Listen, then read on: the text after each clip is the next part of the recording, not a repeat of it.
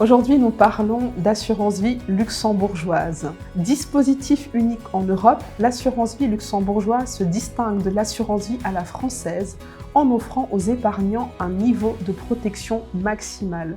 En effet, 2 dispositifs protecteurs donnent à l'assurance vie luxembourgeoise ses lettres de noblesse. Tout d'abord, le triangle de sécurité assure la séparation entre les avoirs des clients et ceux de l'assureur. Les fonds du client sont conservés auprès d'une banque dépositaire agréée, l'assureur se contentant de la gestion du contrat. Un commissaire aux assurances indépendant veille quant à lui au respect de cette séparation. Deuxième dispositif de protection, le super privilège des épargnants. Il donne à l'épargnant le statut de créancier de premier rang, ce qui veut dire qu'en cas de faillite de l'assureur, il sera remboursé en priorité. Relevons tout de même une contrainte. Le contrat d'assurance vie luxembourgeoise est moins abordable avec un ticket d'entrée d'environ 250 000 €. En matière de fiscalité, c'est le système de la transparence fiscale qui s'applique. Il n'y a aucune imposition au niveau du Luxembourg. C'est la fiscalité du pays de résidence de l'investisseur qui prévaut. Pour conclure, sachez que le processus de souscription d'une assurance vie luxembourgeoise est plus strict que celui d'une assurance vie à la française. Nous vous proposons donc un accompagnement personnalisé.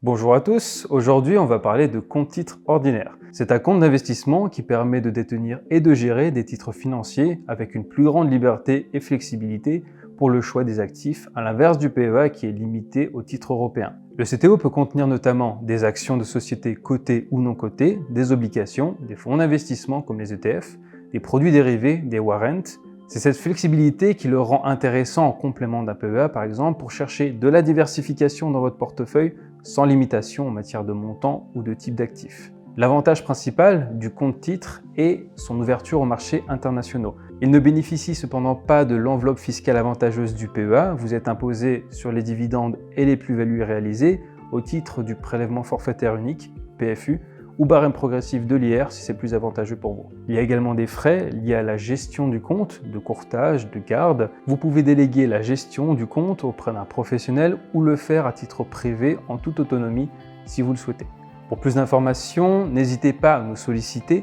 Suivez-nous également pour plus de contenu sur l'investissement et la gestion de patrimoine. À très vite.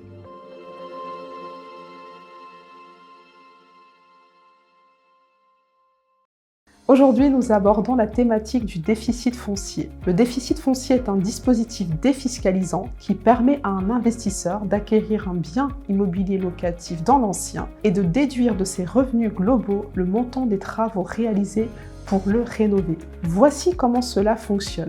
Tout d'abord, vous achetez un bien immobilier nécessitant des travaux de rénovation, puis vous engagez des dépenses de travaux de remise en état ou d'amélioration. Résultat, les charges liées aux travaux sont déductibles de vos revenus fonciers existants et viennent créer un déficit foncier dès lors qu'elles dépassent ces revenus. Si le montant du déficit foncier excède vos revenus fonciers au cours d'une année donnée, l'excédent peut être reporté sur les années suivantes dans la limite de 10 ans, ce pour compenser d'éventuels futurs bénéfices fonciers. Si vous souhaitez en savoir plus sur ce dispositif et obtenir des conseils personnalisés, nous vous invitons à nous contacter.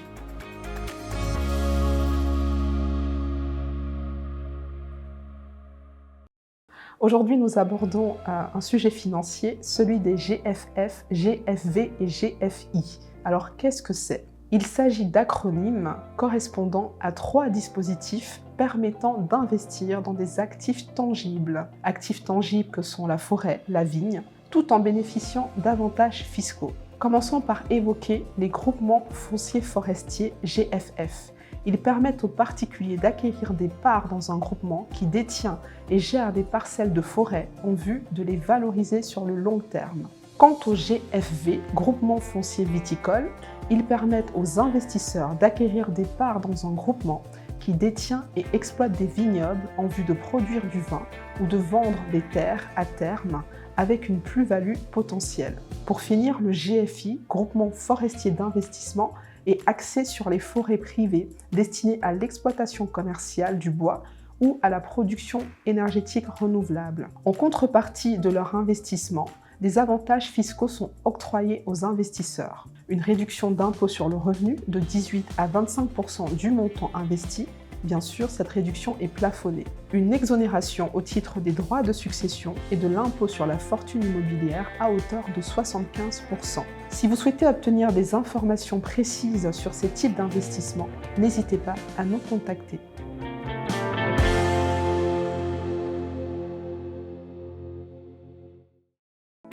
Bonjour à tous, aujourd'hui nous allons parler du dispositif Girardin Industriel. Tout d'abord, qu'est-ce que c'est? Le principe est simple, le dispositif vous permet d'investir dans les DOM-TOM et de bénéficier de réductions fiscales allant de 110 à 125% du montant investi. Vous allez investir au capital d'une SNC, société non commerciale qui sera porteuse du projet pour se positionner sur des secteurs comme l'industrie, l'agriculture ou les énergies renouvelables.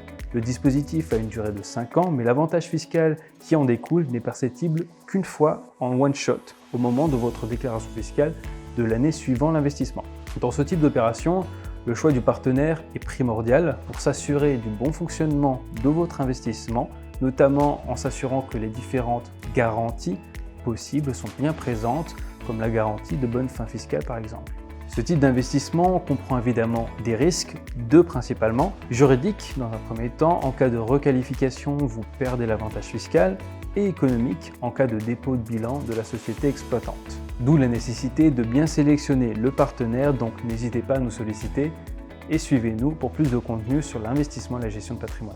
À très vite.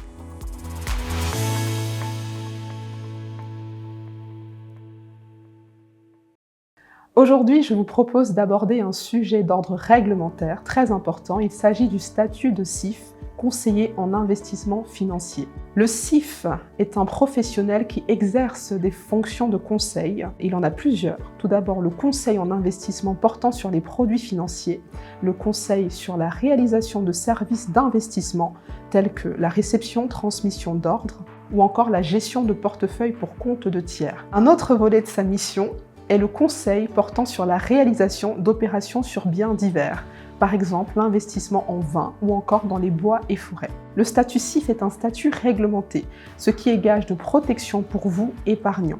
À ce titre, le CIF doit adhérer à une association professionnelle agréée par l'AMF, agir de manière honnête, loyale, professionnelle pour servir au mieux les intérêts de ses clients. Pour ce faire, il doit respecter certaines obligations tout au long de la relation, notamment vous remettre une lettre de mission avant tout conseil, vous questionner en amont du conseil et formaliser ce conseil dans un rapport écrit. Jouissant du statut de conseil en investissement financier, notre cabinet est à votre disposition et saura vous conseiller dans tous vos investissements financiers.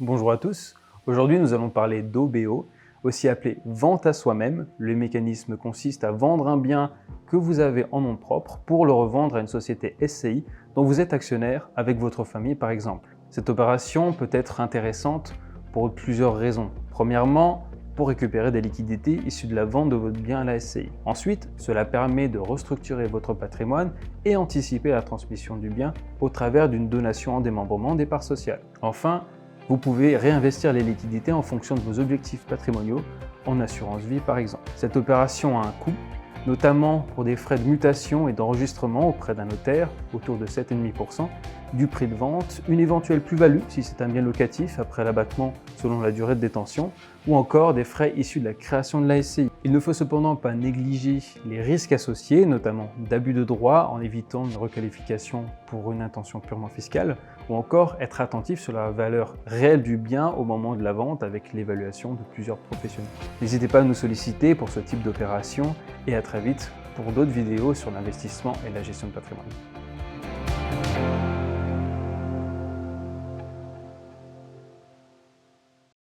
Aujourd'hui, nous parlons de produits structurés, également appelés les fonds à formule. Qu'est-ce que les produits structurés?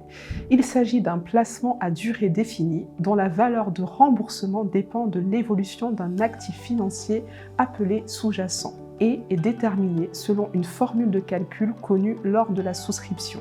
L'objectif et l'intérêt des produits structurés, c'est la possibilité d'obtenir un rendement optimal tout en limitant le risque de perte en capital. Plusieurs scénarios sont envisageables. Si à l'échéance du produit, le scénario de marché est favorable, l'investisseur perçoit un capital majoré. Si ce n'est pas le cas, il récupère l'intégralité de son capital à condition que le sous-jacent n'ait pas connu une baisse supérieure à une limite déterminée initialement. Si cette limite est atteinte, l'investisseur essuie une perte en capital proportionnelle à la baisse de ce sous-jacent. Les produits structurés sont accessibles via divers supports, dont l'assurance vie ou les comptes titres. N'hésitez pas à nous contacter pour en savoir plus.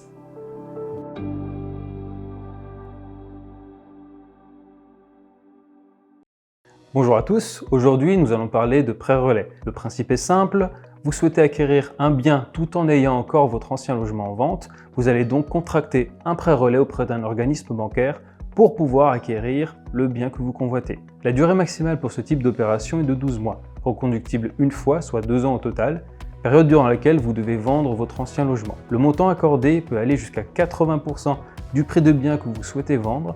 Il existe deux types de prêt relais, le prêt relais sec, où l'emprunteur a simplement un besoin de trésorerie pour acquérir son nouveau logement qui a une valeur plus faible que le sien, ou le prêt relais adossé, plus conventionnel, le bien acquis est plus onéreux que le bien en vente et ne couvre pas l'ensemble de l'enveloppe financière. Vous contractez alors un prêt relais et un crédit à immobilier amortissable pour compléter l'enveloppe.